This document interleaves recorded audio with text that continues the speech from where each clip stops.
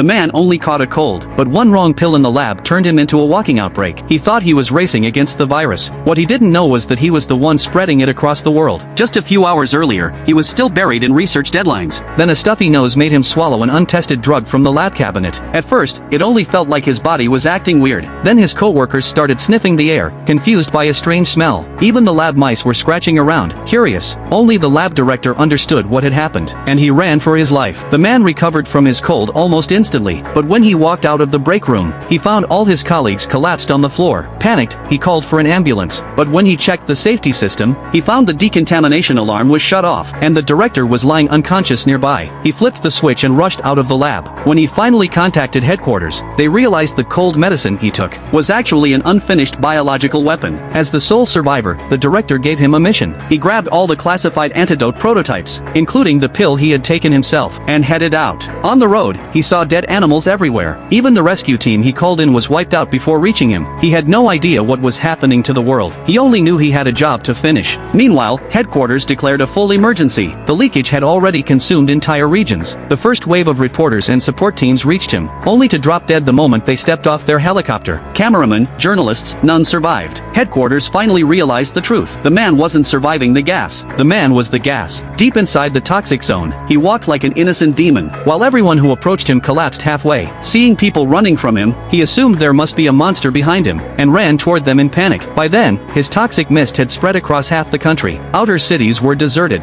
The inner capital became the last safe zone. Still, he kept running toward the capital. Not even his 80-year-old grandmother could stop him. When he reached the tunnel leading into the city, fighter jets locked onto him and fired, but every missile swerved as if refusing to touch him. Even tanks malfunctioned and froze in place. With no options left, the military detonated the tunnel. The walls collapsed, and liquid nitrogen flooded in from all directions. A team in full astronaut suits entered the tunnel. The man died never knowing why any of this happened, but just when everyone thought the mission succeeded, one of the astronauts opened his visor, and it was him, alive. Panic exploded instantly. Soldiers ran. Scientists screamed. Everyone tried to escape, and then the man unzipped his protective suit. In an instant, the entire country had only one living person left.